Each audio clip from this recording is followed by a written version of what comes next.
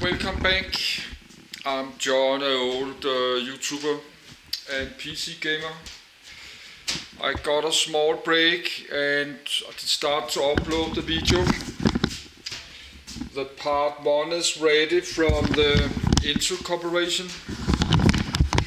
Now it's 11:30 and I have started to download more PDF from Wikipedia.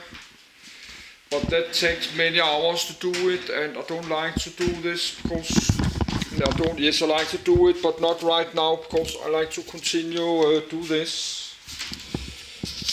But actually, I should start saving on my notes. I have to buy some notes because you can write on both pages. Yes, there's empty pages there, but I need to make all this hundreds of notes. I use a lot of notes. I just delete many Wikipedia web pages because I had like 70 or 80 web pages open last night and a few days ago. My old computer, I cannot have 100 web pages open with PDF. But I had to do the computer gaming on the Wikipedia, the video games, all kinds of computer, Commodore, Atari, Game Boy, Xbox, PlayStation. We need to cannot do video about the PC computer without something about computer games. I'm a computer gamer, PC computer gamer myself, so we need to have some later, but that will be in many weeks. I like to finish this about the Intel CPUs, the technical stuff, how to make the CPUs, the Intel Corporation and people around the Intel. And we need to do the AMD, the Advanced Micro Device division. We need to know about, I don't know much about AMD CPUs. Yes, I'm looking for my glass because let's get a bit more cola. But this will take many weeks and months to do this, so I have to think how to do this because I have to do something else. On my day I like to play a bit computer, I have to watch Netflix. But I can do that when I'm charging this camcorder. This camcorder takes like 5 or 6 hours to charge. When I record 2.5 hours on this camcorder, it takes like 5 or 6 hours to charge 100%. But then it can record like 2 hours and 40 minutes.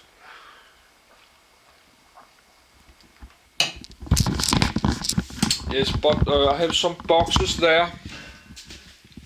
I have an electric output there, but this boxes is blocking.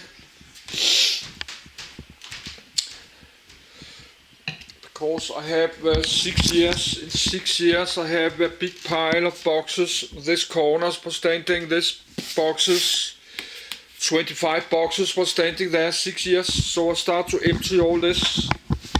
Then I move some boxes to there, but now I cannot use this electric contact. So normally I just take my charger to this camcorder. I can put it in there, put the charger there, and then I can have my camcorder there. But that's not works right now. But we can put part 1 public. No, we need to know when we do the PC computers, the personal computers, we need to know a lot about all different kind of companies. What Acer is, what Asus, what is Lenovo, IBM, and Gigabyte. We need to know something about who make all this PC hardware. So that's a lot. It will take really long time to do this.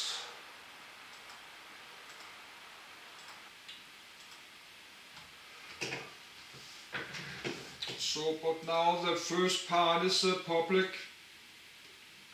Let's find my playlists.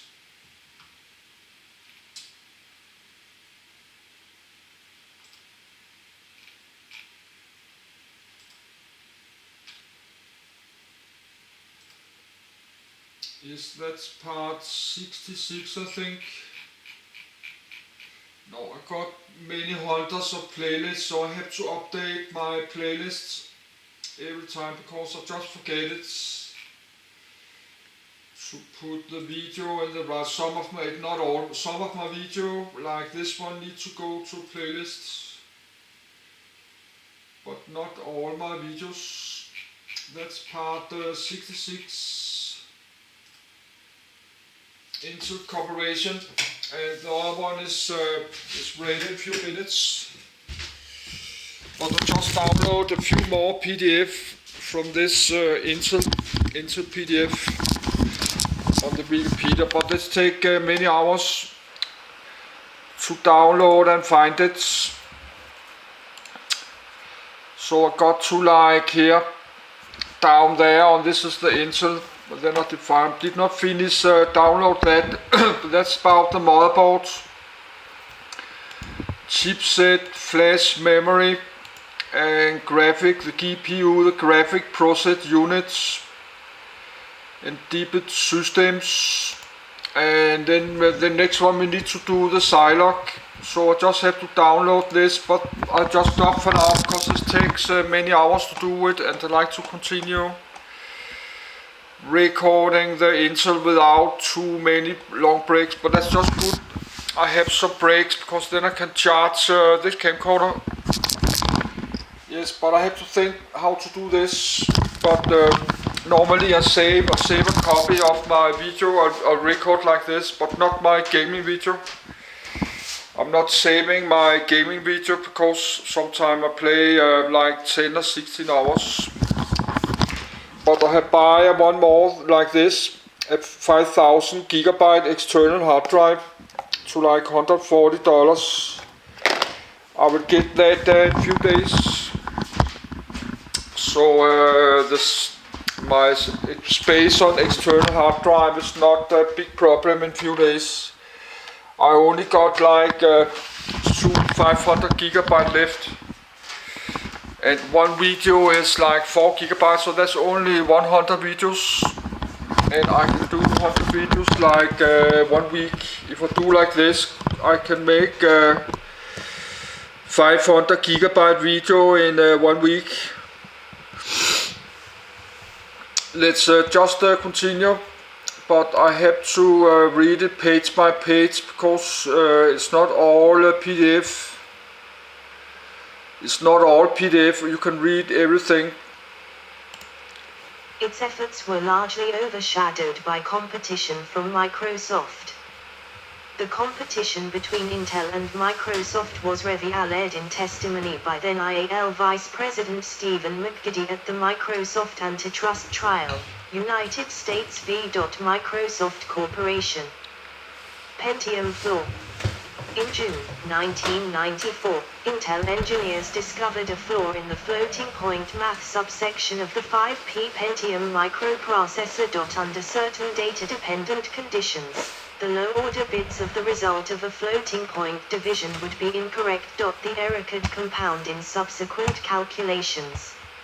Intel corrected the error in a future chip revision, and under public pressure it issued a total recall and replaced the defective Pentium CPUs, which were limited to some 60, 66, 75, 90, and 100 MHz models, 137, on customer request. The bug was discovered independently in October 1994 by Thomas Nicely, professor of mathematics at Lynchburg College. He contacted Intel but received no response. On the 30th of October, he posted a message about his finding on the internet. 138. Word of the bug spread quickly and reached the industry press. The bug was easy to replicate. A user could enter specific numbers into the calculator on the operating system. Consequently, many users did not accept Intel's statements that the error was minor and not even an erratum. During Thanksgiving, in 1994, the New York Times ran a piece by journalist John Markoff spotlighting the error. Intel changed its position and offered to replace every chip. quickly putting in place a large end-user support organization. This resulted in a $475 million charge against Intel's 1994 revenue. 139. Dr. Nicely later learned that Intel had discovered the FDIV bug in its own testing a few months before him, but had decided not to inform customers. 140. The Pentium flaw incident, Intel's response to it, and the surrounding media coverage propelled Intel from being a technology supplier generally unknown to most computer users to a household name. Dovetailing with an uptick in the Intel Inside campaign, the episode is considered to have been a positive event for Intel, changing some of its business practices to be more end-user focused and generating substantial public awareness, while avoiding a lasting negative impression. 141. Intel Core. The Intel Core line originated from the original Core brand, with the release of the 32-bit Yona CPU, Intel's first dual-core mobile, low-power processor. Derived from the Pentium M, the processor family used an enhanced version of the P6 microarchitecture. Its successor, the Core 2 family, was released on the 27th of July 2006. This was based on the Intel Core microarchitecture, and was a 64-bit design. 142. Instead of focusing on higher clock rates, the Core microarchitecture emphasized power efficiency and a return to lower clock speeds. 143. It also provided more efficient decoding stages, execution units, caches, and buses, reducing the power consumption of Core 2 branded CPUs while increasing their processing capacity. In November 2008, Intel released the first generation Core processors based on the Nehalem microarchitecture. Intel also introduced a new naming scheme, with the three variants now named Core i3, i5, and i7, as well as i9 from 7th generation onwards. Unlike the previous naming scheme, these names no longer correspond to specific technical features. It was succeeded by the Westmere microarchitecture in 2010, with a die shrink to 32 nm and included Intel HD graphics. In 2011, Intel released the Sunday Bridge-based second generation Core processor family. This generation featured an 11% performance increase over Nehalem. 144. It was succeeded by Ivy Bridge-based third generation Core, introduced at the 2012 Intel Developer Forum. 145. Ivy Bridge featured a die shrink to 22 nm, and supported both DDR3 memory and DDR3L chips. Intel continued its tick-tock model of a microarchitecture change followed by a die shrink until the 6th generation Core family based on the Skylake microarchitecture. This model was deprecated in 2016, with the release of the 7th generation Core family based on Kaby Lake, ushering in the process architecture optimization model. 146. From 2016 until 2021, Intel later released more optimizations on the Skylake microarchitecture with Kaby Lake R, Amber Lake, Whiskey Lake, Coffee Lake, Coffee Lake R, and Comet Lake. 147, 148, 149, 150. Intel struggled to shrink their process node from 14 nm to 10 nm, with the first microarchitecture under that node, Cannon Lake. Marketed as 8th generation Core, only being released in small quantities in 2018. 92, 93.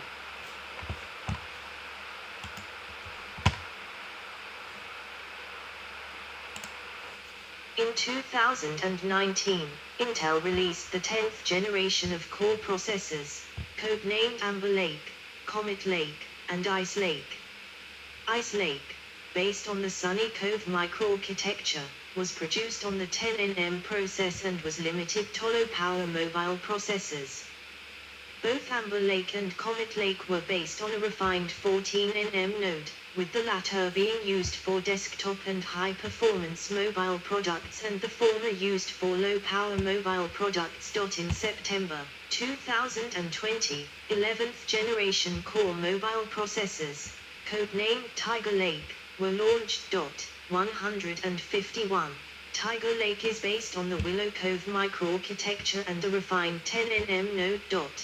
152. Intel later released 11th generation Core desktop processors, codenamed Rocket Lake, fabricated using Intel's 14nm process and based on the Cypress Cove microarchitecture. 153. On the 30th of March, 2021.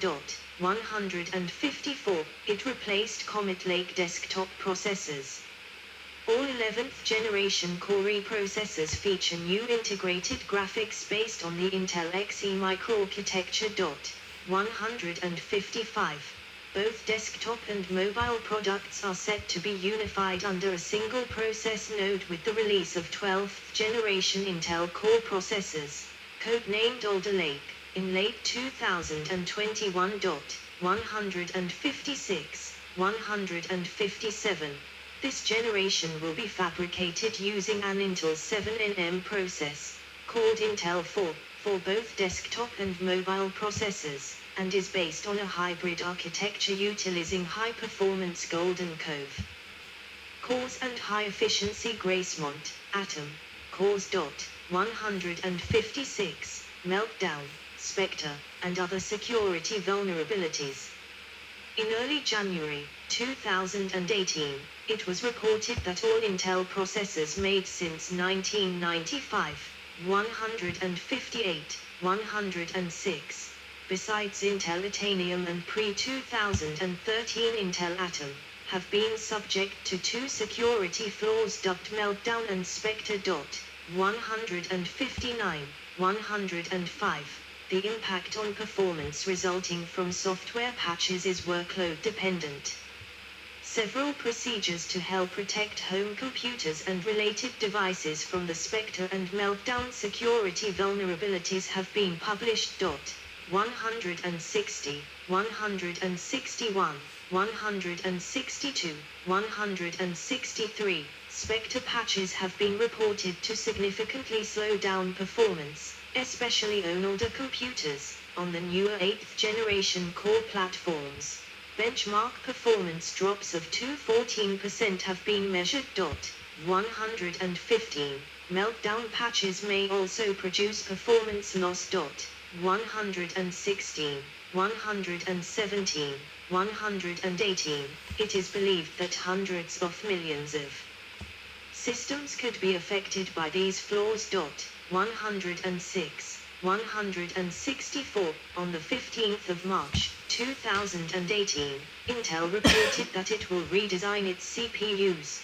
Performance losses to be determined, to protect against the Spectre security vulnerability, and expects to release the newly redesigned processors later in 2018. 113, 114. On the 3rd of May, 2018, 8 additional Spectre-class flaws were reported. Intel reported that they are preparing new patches to mitigate these flaws.